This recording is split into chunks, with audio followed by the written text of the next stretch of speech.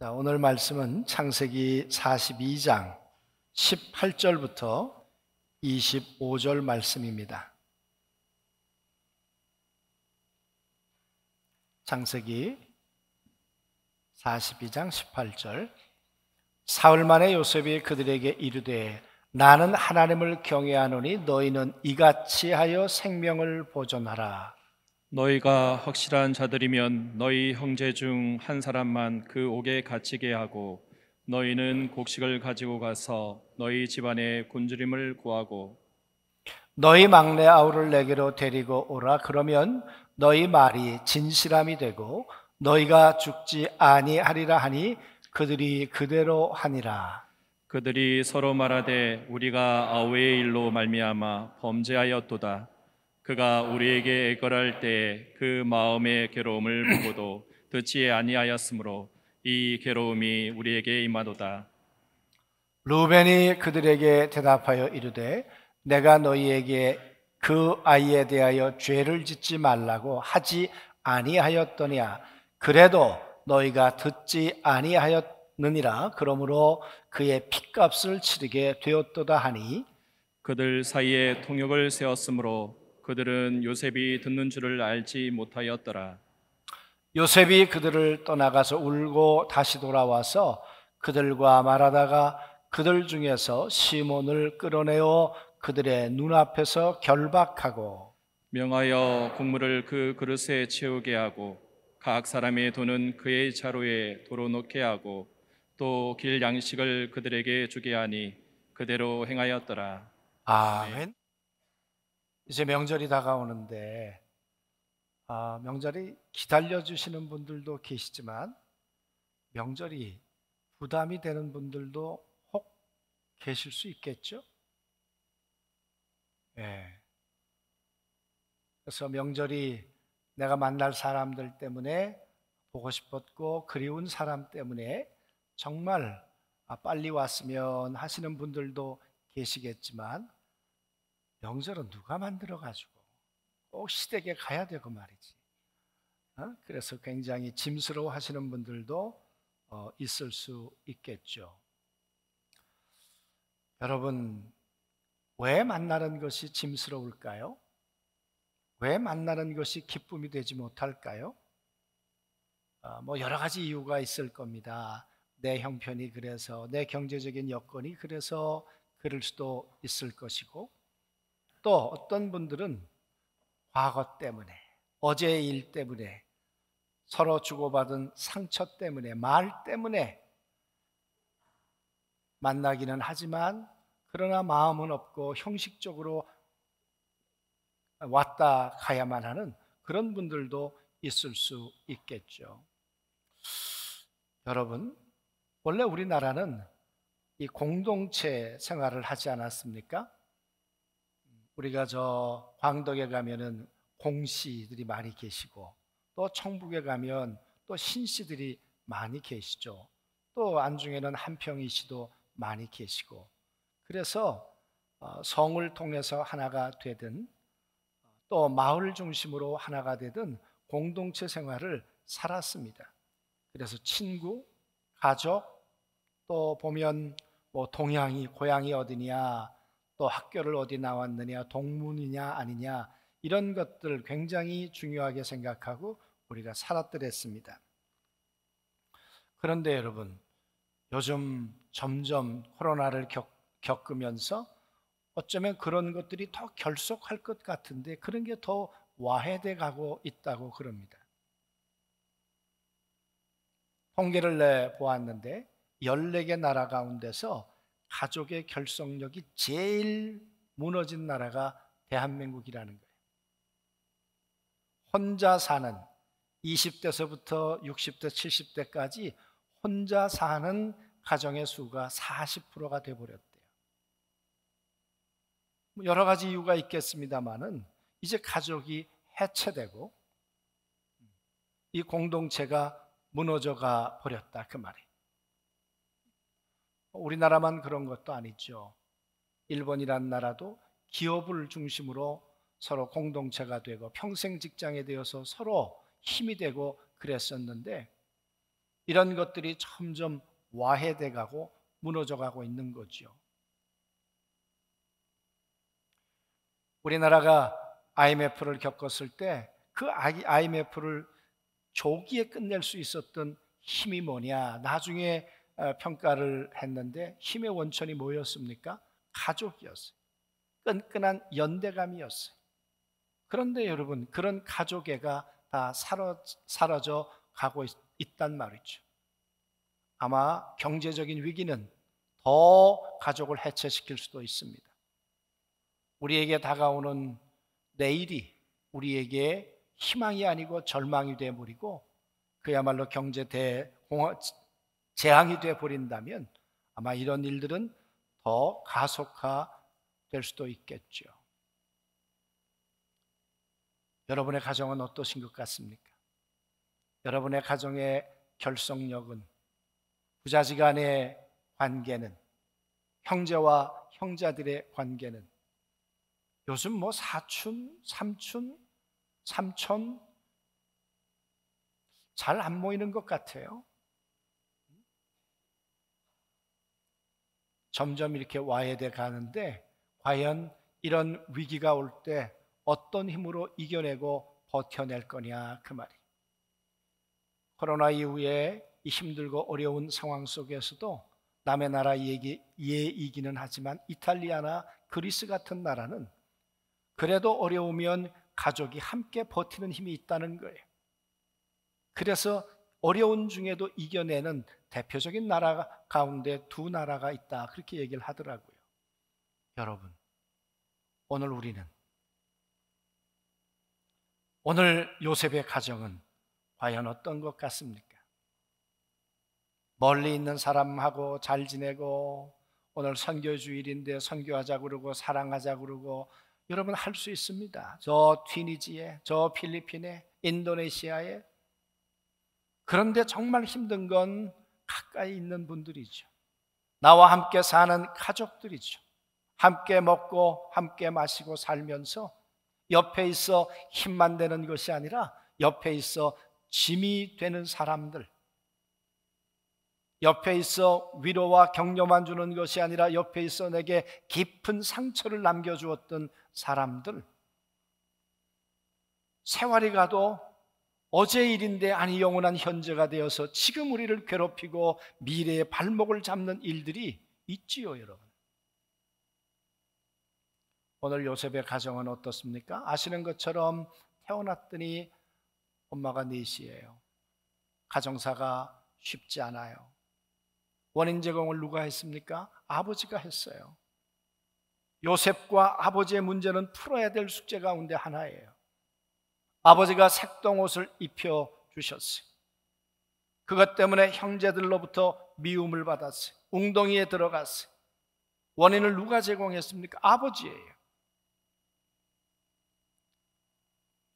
형제들에 의해서 버림을 받고 아시는 것처럼 노예가 되고 감옥에 내려가는 비참한 젊은 날을 그가 지낼 수밖에 없었습니다. 그에게 30대 이전의 젊음은 없지요. 노예가 되고 감옥에 들어간 죄수의 삶을 살았는데 그에게 무슨 젊음이 있고 낭만이 있었겠습니까? 누가 요셉의 젊음을 이렇게 노략질해 갔냐 그 말이. 가족이에요. 아버지였고 그리고 형제들이었어요. 세월이 이제 몇 년이 지났습니까? 나이 30이 넘었으니까, 그리고 7년이 지났으니까 이제 20여 년 세월이 지났습니다. 그 세월이 지나서 오늘 형들과 요셉은 다시 마주치게 되었습니다. 애굽발 위기뿐만 아니라 온 세계가 경제 위기를 겪고 있었습니다. 그 당시에 애굽으로 먹을 것을 찾으러 사람들이 이제 오기 시작했습니다. 여러분, 그런데 오늘 요셉과 요셉의 형제들이 만나고 있는 거예요. 여러분 생각해 보십시오.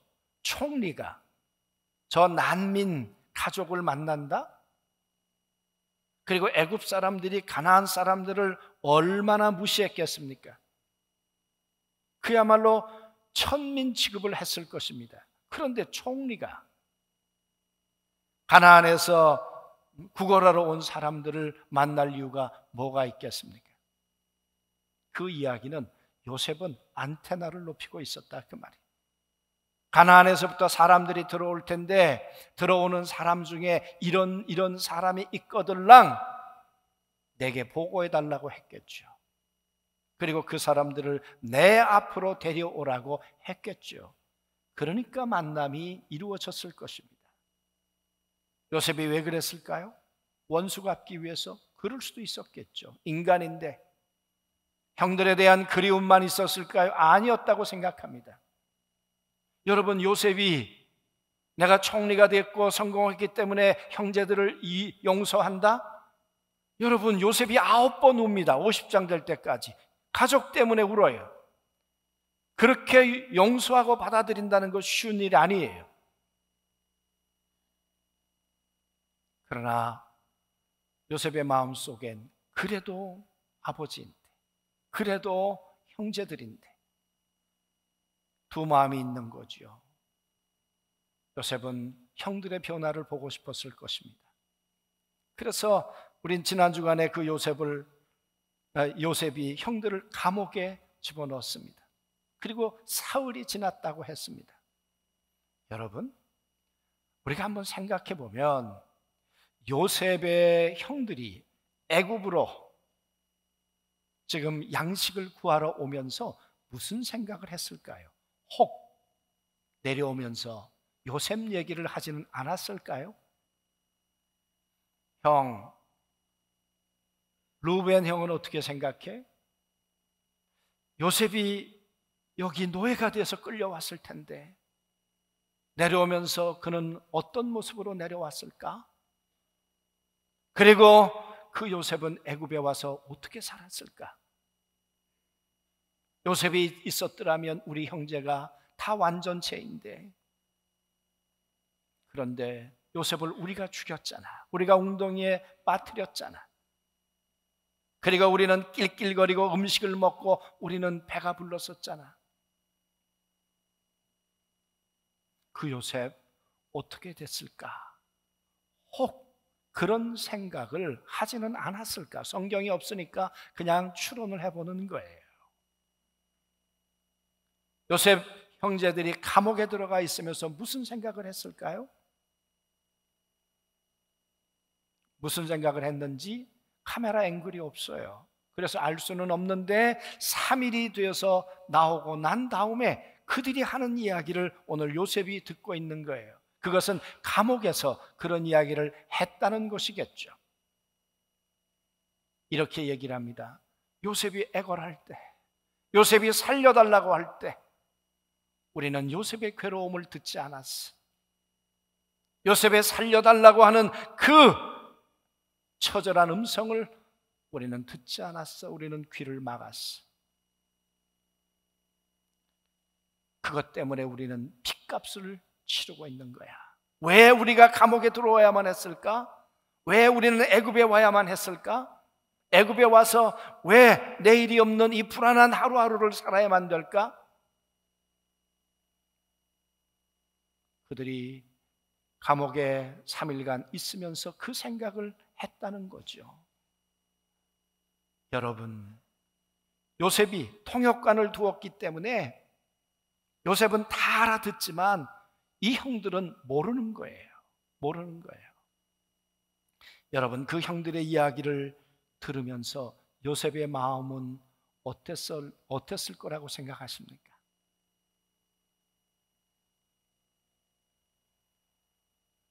오늘 성경은 이렇게 말합니다. 요셉이 울었더라. 요셉이 우는 첫 번째 울음이에요. 요셉이 왜 울었을까요, 여러분? 오늘 요셉이 우는 것은 저 형들이 그래도 나 때문에 괴롭히고 괴로워하고 있구나. 과거의 일을 뉘우치고 있구나. 나를 버린 것에 대해서 가슴앓이를 하고 있구나. 그래도 핏줄이구나. 그래도 형제이구나. 그들 안에 남아있는 사랑을 확인했기 때문에 요셉은 그 앞에서 울지 못하고 나가서 그가 울은 거 아니겠는가 그 말이.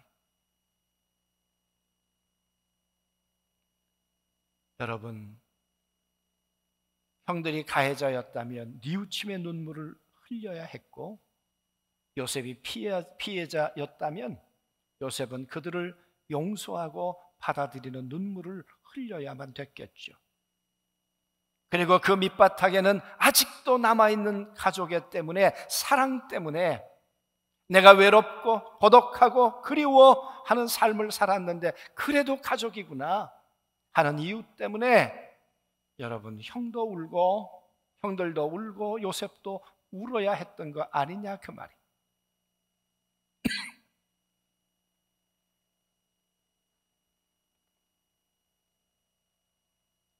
상처는 가족이라는 이 관계를 파괴시켰어요.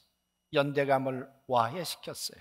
그러나 오늘 이 형들의 뉘우침과 요셉의 눈물은 파괴되었던 그들의 관계를 다시 하나로 복원시키고 있는 것이죠. 사랑하는 성도 여러분, 이 일을 누가 하셨다고 생각하십니까? 이 일을 하나님의 속마음은 어떤 마음이라고 생각하십니까? 하나님께서 그래 아버지하고 요셉아 너희는 그렇게 살다가 끝내거라, 그게 아버지의 마음일까요? 그래 요셉과 형제들은 그래 서로 미워하다가 요셉아 네가 할 수 있는 능력이 있으니까 복수하거라, 그래서 끝내라, 그게 아버지의 마음일까요? 우리가 가만히 생각해 보면 하나님은 요셉을 준비시키셨죠. 요셉이 애굽에 내려와 사는 날 동안에 함께 계시면서 하나님의 넘치는 사랑이 요셉의 마음에 상처가 아니라 그 마음에 하나님이 주시는 위로와 사랑으로 아직도 그의 품이 누군가를 품을 수 있도록 하나님이 요셉의 마음을 그렇게 만들어 주신 거 아닐까요? 얼마든지 요셉은 웅덩이일 수 있습니다. 그 가슴이, 요셉은 얼마든지 그 가슴이 감옥일 수 있습니다. 형제들을 가둘 수 있고 죽일 수 있습니다. 그런데 하나님의 깊은 은혜와 사랑이 요셉의 마음을 그렇게 바꿔주신 것 아니겠는가 그 말이. 며느리가 생겼습니다. 며느리가 생기니까 이쁘잖아요. 근데 눈치를 보게 되더라고요. 혹시 제 아내가 어떻게 생각할까? 제가 그랬습니다. 여보, 내가 며느리 사랑하는데 당신 괜찮을까? 그랬더니 제 아내가 이렇게 얘기했어요. 나는 시아버지 사랑을 너무 받아서 아무렇지도 않다고. 난 시아버지 사랑을 넘치도록 받아서, 하나님의 사랑을 넘치도록 받아서 괜찮다고. 저 형제들을 품을 수 있는 품이 내 속에 만들어져 있다고. 아마 요셉은 그런 마음이었겠죠. 그러나 여러분, 요셉만 준비되었다고 이 관계가 회복이 되는가 그 말이에요. 형들이 과거의 잘못을 뉘우치도 않고 아직도 뻔뻔하고 아직도 고개를 쳐들고 아직도 파괴된 양심을 가지고 그렇게 산다면 내가 잘못했다 말 한마디 하지 않는데 그냥 용서가 돼요? 아니잖아요. 그래서 어떻게 이 가족이 하나가 되는가? 하나님은 요셉의 마음도 준비시키셨지만 형제들의 마음도 준비시키신 거죠. 그래서 이 경제적 위기를 통해서 애굽에 내려오게 하셨고, 그리고 요셉 앞에 만나게 해주셨고, 그리고 감옥에 내려가 자신들의 옛날을 돌아보게 해주셨고, 그래 내가 이거는 못할 짓을 했어, 내가 잘못했어, 이 뉘우침의 눈물을 흘리도록 만들어주신 분이 하나님 아니시겠습니까? 그래서 오늘 이 만남의 결론은 눈물이 됐어요. 가능성이 있는 눈물이 됐어요. 회복의 눈물이 됐어요. 사랑하는 성도 여러분, 여러분 가족은 어떠십니까? 여러분들 형제들의 관계는 어떠십니까? 아버지이지만 아버지로서 혹시 원인 제공을 한 것은 없습니까? 부모로서 원인 제공을 한 것은 없습니까? 여러분, 이 문제 풀고 가야 되지 않겠는가 그 말이. 저보다 먼저 세상 떠난 동생이 있습니다. 정말 착한 동생이었습니다. 어렸을 때 싸웠던 기억이 있죠. 싸웠지만 일방적으로 제가 해댔겠죠. 그런데 세상 떠나고 나니까 그렇게 그게 가슴 아플 수가 없어요. 왜 그렇게 안 잊어지는지 모르겠어요. 부모님 앞에 잘못한 것보다 동생에게 잘못한 게 왜 이렇게 길게 안 없어지는지 모르겠어요. 살아있다면 해결할 수 있을 텐데 이제는 해결할 길이 없습니다. 잘못했다고 용서해달라고 아우님 얘기하고 싶은데 사람이 없는 거예요. 여러분, 그게 가족 아닙니까? 없어지고 나면 편안해지는 게 아니라 가슴에 남아요. 그래서 장례를 치를 때 가장 많이 듣는 말이 미안해, 미안해, 잘못했다는 말 아니에요? 여러분, 살았을 때 그 말 해야 되지 않겠어요? 살아있을 때 그 문제 해결해야 되지 않겠습니까? 그래야 명절이 기쁨이 되지 않겠습니까? 부자지간의 관계도 그렇고 형제와 형제 관계도 그렇고 사람의 뜻으로 안 되더라고요. 하나님이 요셉을 준비시키듯 하나님께서 형들의 마음도 움직여 주셔야 가능한 것이죠. 하나님의 이 은혜가 이 명절에 여러분의 가정에 임하시게 되기를 주의 이름으로 축원합니다.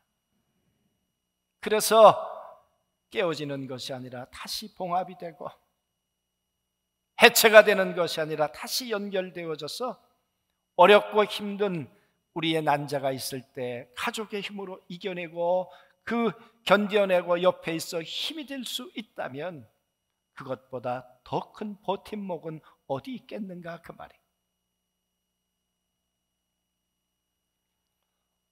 오늘 하나님은 요셉의 가정에 어떤 하나님이실까요?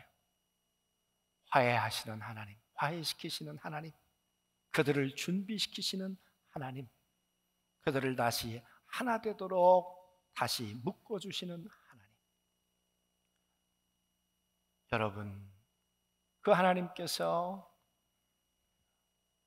그렇게 요셉의 가정을 하나로 만드시듯 그 하나님의 깊은 애정은 하나님과 우리와의 하나님의 가정도 하나가 되도록 만드시는 분 아니신가요? 우리는 그릇 행하여 각기 제 길로 행해서 하나님을 등지고 사는 사람들이었죠. 그러나 하나님은 아들 예수 그리스도를 보내셔서 그 몸으로 친히 이 모든 죄를 담당하게 하심으로 이제는 다시 하나님 앞에 돌아올 수 있는 길을 만드신 분이 우리 주님이시죠. 왜? 우리는 영원한 하나님의 가족이니까. 가족은 싸우며 상처를 주며 사는 것이 아니라, 옆에 있어 짐이 되는 것이 아니라 옆에 있어 힘이 되고 위로가 되고 능력을 주는 그런 공동체가 가족인 줄로 믿습니다. 이번 명절이 우리 사랑하는 모든 성도들에게 그런 가족, 그런 관계를 회복하는 우리 모든 성도들의 가족이 되었으면 좋겠습니다. 말씀드렸던 것처럼 점점 해체돼 가요. 40%가 혼자 살아요. 앞으로 어떻게 될까요? 어려움이 있으면 누구를 의지해서 이제 이겨내겠는가 그 말이에요. 우리 어르신들이 그런 얘기를 했습니다. 어려우면 동기간밖에 없다. 그래도 동기간이다. 동기간마저 없다면 어려움을 어떻게 이겨낼까? 요셉과 이 형들이 화해하지 않았다면 요셉은 형들에게 원수를 갚고 자기는 혼자 남을 수 있었겠죠. 그러면 가족은, 하나님이 만들어준 가족은 어찌 되는가 그 말이. 하나님이 원하셨던 것은 혼자가 아니라 하나가 되는 것, 하나를 이루어가는 것. 그래서 가족의 기쁨이 있고 가족의 하나됨이 있는 그 모습을 보기 원하시는 분이 우리 주님이신 걸 믿습니다. 그 하나님의 은혜가 이번 명절 가운데 여러분을 통해서 또 여러분의 가족들을 통해서 풍성하게 나타나시기를 주의 이름으로 축원합니다. 해야 할 거 있습니다. 우리가 어떻게 우리 자신들을 준비하는가. 추운 겨울에 우리가 자동차 키를 틀지만 그리고 히터를 누른다고 여러분 더운 바람이 나오던가요? 아니죠. 차가 히팅이 돼야 되는 것처럼 우리의 가슴이 요셉처럼 따뜻해져 있어야 여러분 가족들을 품어낼 수 있겠죠. 또 하나, 내가 잘못한 거 있으면 잘못했다고 할 수 있는 그런 마음과 때론 용기가 필요하겠죠. 내가 잘못했다, 내가 실수했다. 금요일 날 우리 김병기 선교사님이 식사하자고 그래서 같이 식사를 했습니다. 식사를 하는데 식사하면서 사모님 두 분이 남편 흉을 보는 겁니다.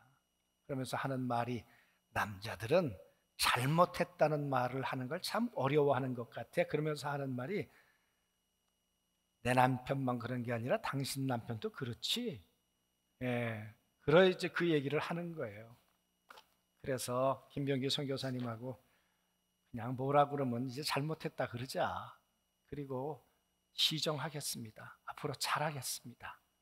그러고 살면 안 좋겠나? 그죠, 남자들? 예? 뭐라 그러면 시정하겠습니다. 앞으로 잘 해보겠습니다. 그러면서 하는 말이, 아니 그 말만 해도 되는데 이 인간들이 안 한다는 거예요.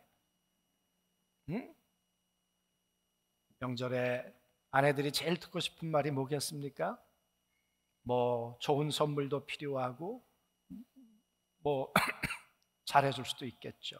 그러나 아내들은 말 한마디, 여보 수고했어, 정말 감사하다, 고맙다, 그 말 한마디만 들어도 피로가 풀리는데 이분 뒀다 어디 써먹으려고 안 한다는 거예요. 안 한다는 거예요. 예. 오늘 나가시기 전에 연습들 하시고 뭐라 그러면 잘못했다 그러고, 그리고 우리의 가슴은 따뜻하게 성령으로 히팅이 되어서 누군가를 품어낼 수 있는 온기가 있는 가슴이 되어서 가정을 따뜻하게 데피고 돌아오는 그런 명절들 되시기를 주님의 이름으로 축원합니다. 아멘.